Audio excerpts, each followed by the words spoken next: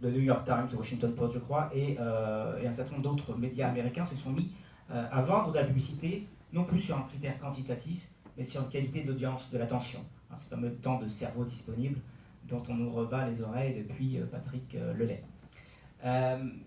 Ça veut dire aussi que les contenus qui seront racoleurs, ceux qui ont fait le succès de Upworthy, qui connaît le site upworthy.com, voilà, des gens des médias, connaissent bien ça. En fait, ceux qui connaissent, je vous invite à regarder ce site intéressant. C'est un site de curation américain qui s'est fait connaître sur des titres particulièrement racoleurs, enfin on va dire accrocheurs dans le meilleur des cas, c'est-à-dire quand la promesse est tenue, et racoleurs quand elle n'est pas tenue. Donc Upworthy a commencé déjà à pâtir un petit peu d'un certain nombre de déclin suite à ce que Facebook a appelé l'engagement, la priorité à l'engagement. Donc on va voir qu'effectivement, ici c'était le trafic summum de la vie d'Upworthy, et bam, qu'est-ce qui s'est passé après l'installation de l'algorithme de Facebook qui pénalise en fait les contenus racoleurs, et bien on a vu la chute du trafic de Upworthy. Vous savez, c'est cet algorithme qui a changé en 2013 qui fait que maintenant Facebook calcule le temps qui sépare le nombre de clics et le temps reste passé sur la page avant le retour sur la page Facebook. Il y a une espèce de petite calculette qui fait ça et qui dit si vous avez beaucoup cliqué mais que vous êtes resté peu de temps sur le contenu, vous êtes pénalisé. C'est une bonne nouvelle. C'est une bonne nouvelle pour nous, les producteurs de contenu. C'est une bonne nouvelle pour ceux qui essaient de faire de la qualité. C'est une bonne nouvelle parce que ça va permettre aux médias, et peut-être aussi aux marques, enfin en tout cas pour les médias, de produire de l'information de qualité tout en monétisant. C'est vraiment un vrai problème.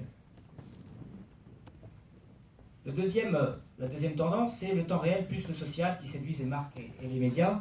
Alors là, inutile d'insister sur l'apparition de Facebook Live, Periscope, YouTube Live qui arrive, Snapchat, qui s'impose sur l'événementiel et le sport, et qui produisent une interaction efficace avec la télévision. Tout le monde a vu cette vidéo. Qui n'a pas vu ça? Qui l'a vu déjà? On va faire comme ça. Voilà, donc 157 millions de vues au moment où j'ai fait la capture, d'un anonyme. En fait, c'est vraiment l'individu, le lambda, qui devient lui-même producteur de sa propre télévision live. Et bien sûr, derrière, il y a des enjeux pour les marques. Ça, c'était la version de l'exploitation toujours de Facebook Messenger Live par BuzzFeed. Pareil, une bonne idée. Hein. Qui a vu ça? Ah, il y a déjà moins de monde. Donc là, c'était le fait qu'une équipe de spécialistes de BuzzFeed, vous voyez, ils sont tous en combinaison atomique, nucléaire. Il s'agissait de faire exploser cette pastèque, donc en rajoutant à chaque fois un petit morceau d'un plastique, un élastique, et plus on en rajoutait, plus ça compressait la pastèque. Donc la question c'était quand est-ce qu'elle va exploser. Donc les gens sont restés captifs, l'idée était pas mal, et pas mauvaise, et donc les gens ont attendu le dernier moment pour vérifier qu'ils allaient vivre l'événement extrêmement intéressant de cette explosion de pastèque. Ça a bien fonctionné, donc l'idée était rigolote. La troisième tendance, c'est le déclin des contenus moyens. Ça, c'est quelque chose que je regarde et que je vois au travers de différents médias que j'accompagne. Le long et le profond fonctionnent, le court et le réactif aussi, mais entre les deux, il n'y a pas d'audience. Il n'y a pas d'audience. C'est ce que j'exprime ici, par ce petit schéma. Il faut être réactif, le premier, avoir un scoop, être à la source, ou alors il faut apporter un niveau de profondeur, de format, une qualité d'information. Quand je dis qualité, c'est-à-dire un angle intéressant et surtout une façon de scénariser l'information bien supérieure à ce qu'on produisait au milieu. Et vous voyez, ce qui se trouve au milieu, là où il n'y a pas d'audience, c'est ce que les médias produisent en majorité.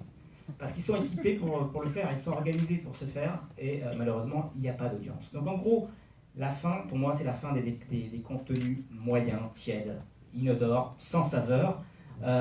L'audience réactive, c'est celle que vous constatez avec des vidéos très courtes, prises sur le vif, brutes, spectaculaires, émotionnelles. Ça cartonne. Ou alors, vous avez la scénarisation très longue, très compliquée, avec beaucoup de moyens.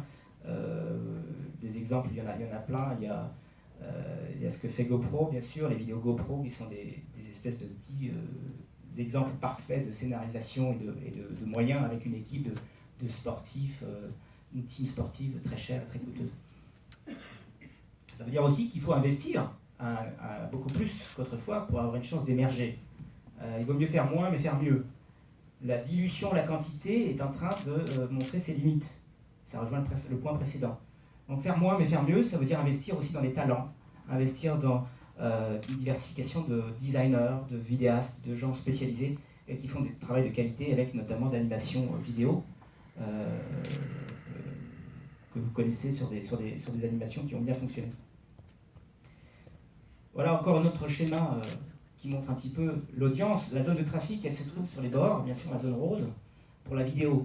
Donc soit vous êtes très très court, réactif, choquant, vidéo spectaculaire, soit vous faites des interviews de célébrités, pareil, en format court, brut, soit vous êtes plutôt dans les... Vous voyez, qui connaît les standards de beauté, cette vidéo qui a fait des millions de vues aux États-Unis, on voit juste une retouche d'image d'un mannequin entre le début et la fin. Qui a vu cette vidéo? Voilà, c'est déjà plus partagé. Effectivement, là, on est sur quelque chose qui prend du temps. Il y a l'animation, il y a la façon dont elle a été tournée, et aussi il y a la façon d'être diffusée. Elle a été propulsée par Upworthy, encore le même site, et ça lui a, avec un titre extrêmement intéressant. Le titre, c'était Regardez pourquoi les standards de beauté sont absolument absurdes en simplement 37 secondes. Voilà. Alors, en anglais, c'est plus court, mais voilà, c'était ça le titre. Et ça a cartonné parce que, vous voyez, il y a une promesse qui était très claire, il y avait un titre qui était fort, et il y avait la quantification du temps qu'on pouvait passer, 37 secondes. Moi, je veux bien comprendre ça en 37 secondes. Donc ça a très bien fonctionné, mais c'est aussi parce que la vidéo est très très bien. Je ne sais pas si j'ai des exemples, non, j'ai préféré être synthétique. Donc les inégalités des USA, aux USA expliquées en motion design. Qui a vu celle-là? Elle est plus rare. C'est pour vous montrer qu'on peut faire de l'intelligent, du long, et faire de l'audience. Mais là, si vous regardez cette vidéo, elle est assez bluffante parce qu'il y a une vraie scénarisation, il y a un montage avec des graphismes, et en fait l'idée est géniale, c'est de montrer comment la réalité des inégalités aux USA est totalement différente de celle qui est perçue par ces Américains. Pour la plupart des Américains, ouais, ça va, quoi, il y a des inégalités, mais c'est pas si grave. Et en réalité, quand on voit visuellement la différence entre celui qui gagne le plus et celui qui gagne le moins, c'est juste mind-blowing, comme disent les Américains. Voilà, donc pour moi c'est très clair, les formats moyens, les visuels, les contenus moyens n'ont plus de rentabilité, n'ont plus de lieu d'être, ils ne sont pas vus, on ne voit pas ces contenus, il y a trop de concurrence sur les contenus. Alors le quatrième point qui ne nous a pas échappé, c'est que les réseaux sociaux deviennent des médias sociaux. Les plateformes sociales encouragent la publication des contenus natifs et concurrencent de plus en plus les médias en tant que distributeurs de ces contenus. Donc là, c'est évident, ça ne vous a pas échappé. On a ces exemples-là, on a Facebook Instant Articles, qui fait la danse du ventre aux médias pour qu'ils publient directement, avec un partage de revenus promis. Libération a l'air content pour l'instant, jusqu'à ce qu'ils changent la donne. Jusqu'à c'est toujours le problème, une fois qu'on est dépendant d'une source de distribution, si on est trop dépendant de cette source de distribution, après on devient captif. Ceux qui ont tenté l'expérience avec Apple se sont retrouvés un peu coincés quand ils ont changé les tarifs de façon unilatérale des applications. Qui a déjà eu cette expérience? Après, il y a 2 ans, Apple a augmenté d'un seul coup le prix de ses applications et d'un seul coup, l'éditeur perdait le contrôle sur son prix, sa politique commerciale. C'est quand même assez grave. Pulse, LinkedIn Pulse. Qui utilise LinkedIn Pulse? Ah ouais. Donc voilà, c'est exactement ça. C'est-à-dire qu'en fait, vous l'utilisez de façon exclusive, vous mettez un lien pour renvoyer vers vous. Qui l'utilise avec un lien pour envoyer chez soi? Voilà, donc il y a 2 tendances, soit ceux qui publient directement l'intégralité pour avoir une viralité plus forte, et ceux qui préfèrent faire du trafic chez eux pour ne pas perdre complètement le lien avec son client. Le risque de ces plateformes de publication, c'est qu'on perd aussi les informations sur les datas, sur les utilisateurs. Donc à terme, on s'appauvrit finalement, et voilà. Donc je dis, pourquoi pas, c'est des nouvelles formes de distribution des contenus, mais par contre, il ne faut pas en être totalement dépendant. Pas tous ces œufs dans le même panier. Alors, les messageries mobiles sont préemptées de plus en plus par les ados, Snapchat, WhatsApp, Facebook Messenger, et on constate une explosion du temps passé sur le partage photo. Les contenus des médias et marques s'adaptent à ces publics, les Discover, les filtres et les lenses de Snapchat en sont des exemples. Donc le temps passé sur les réseaux sociaux explose, et en particulier sur les applications. Vous voyez l'évolution. Et en France, c'est pas mal non plus. Croissance spectaculaire du nombre d'utilisateurs de messagerie dans le monde. là aussi, en fait, les messageries grignotent un petit peu de temps passé sur les réseaux sociaux. C'est pour ça que Facebook a créé son standalone, ça fait sa messagerie, pour contrecarrer un petit peu Snapchat et autres. Alors, les marques commencent à investir ce territoire. Les filtres Snapchat sponsorisés commencent à faire pas mal de trafic. Donc il y avait le filtre qui était sponsorisé par KFC, qui a conduit à une augmentation de 23% des visites dans les 7 jours. Il y a eu l'exemple de RAID, la fondation contre le sida. Et voilà, donc en gros, on achète la possibilité des fonctionnalités de filtres au sein de Snapchat pour faire de la communication auprès des jeunes. Ça, c'est les lenses, donc je ne sais pas comment traduire ça, les masques, qui peuvent être sponsorisés par des marques. Voilà, on a le Taco Bell à gauche, je ne reconnais pas celui du milieu, Gatorade, mais voilà, c'est la possibilité, j'imagine, de faire couler un liquide sur la personne, et puis bien sûr la promotion du nouveau Ironman au sein de Snapchat. Donc c'est intéressant pour les marques d'être présentes aussi là pour toucher un public particulier quand on est en affinité avec ces publics. Se développent dans certains pays, ça va venir chez nous, des services en plus insérés directement dans la messagerie. C'est-à-dire que là, on peut acheter directement, commander un taxi, acheter en ligne, avoir des services bancaires de paiement à distance via sa messagerie. Donc vraiment, c'est très intéressant. Ça se développe en Corée, ça se développe dans certains pays d'Asie. Et chez nous, voilà, tout ça, en Japon, Line, WeChat, Asie et Kakao, Asie, Chine. Là, tout ça va arriver chez nous. Accélération de la consommation de vidéos, poussée par Facebook en publication native. Les éditeurs sont fortement incités à publier leurs vidéos directement, sans passer par un lien. Vous avez tous constaté, peut-être beaucoup d'entre vous ont constaté la chute du reach de Facebook quand on publie un lien. Aujourd'hui, on est fortement incité à publier la vidéo directement. Qui est-ce qui a constaté ça? Voilà. Bon, je pense que c'est assez partagé. Les autres, quand vous allez remarquer, ça va vous faire mal. Donc en fait, effectivement, l'idée, c'est encore une fois dans cette tendance de se passer des médias, se passer des marques, de devenir une plateforme totale où on garde l'utilisateur captif sans avoir besoin de sortir. C'est évidemment en relation avec l'utilisation et la surutilisation des mobiles, des ados, des nouvelles générations, et c'est en parallèle avec la question de l'usage mobile. Alors, se pose la question pour les médias de la monétisation des ad-bloqueurs. Il fallait que j'en parle un petit peu. Je pense que c'est une erreur. Ici, si on voit la progression de la consommation de vidéos via les réseaux sociaux, il y a vraiment une interaction entre mobile, vidéo, réseaux sociaux. Voilà. Chacun alimentant l'autre, donc c'est un circuit qui s'auto-alimente. Alors le problème, c'est qu'effectivement, on a ça, vous connaissez ça, la blindness, le fait qu'on finit par oblitérer complètement les publicités. Les dispositifs de publicité traditionnels en display classique sont littéralement occultés. On ne les voit plus, on ne les regarde même plus. Donc se pose un problème de monétisation de l'inventaire des médias, mais aussi de la visibilité des marques. Ça marche évidemment dans les deux sens.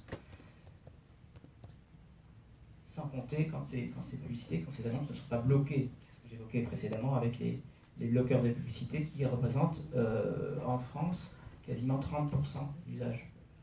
30% des internautes utilisent un bloqueur de publicité. Qui utilise un bloqueur de publicité dans la salle? Voilà, vous vous tirez une balle dans le pied. Et je fais la même sondage quand je fais des cours auprès de mes journalistes, et c'est pareil. On sait très bien qu'il ne faut pas le faire, mais c'est insupportable à titre personnel. Alors on le fait quand même. On dit oui, mais j'ai fait avec des gens de la Gardère, dit oui, mais quand je passe sur mon site, je l'enlève. Voilà, on se console comme on peut.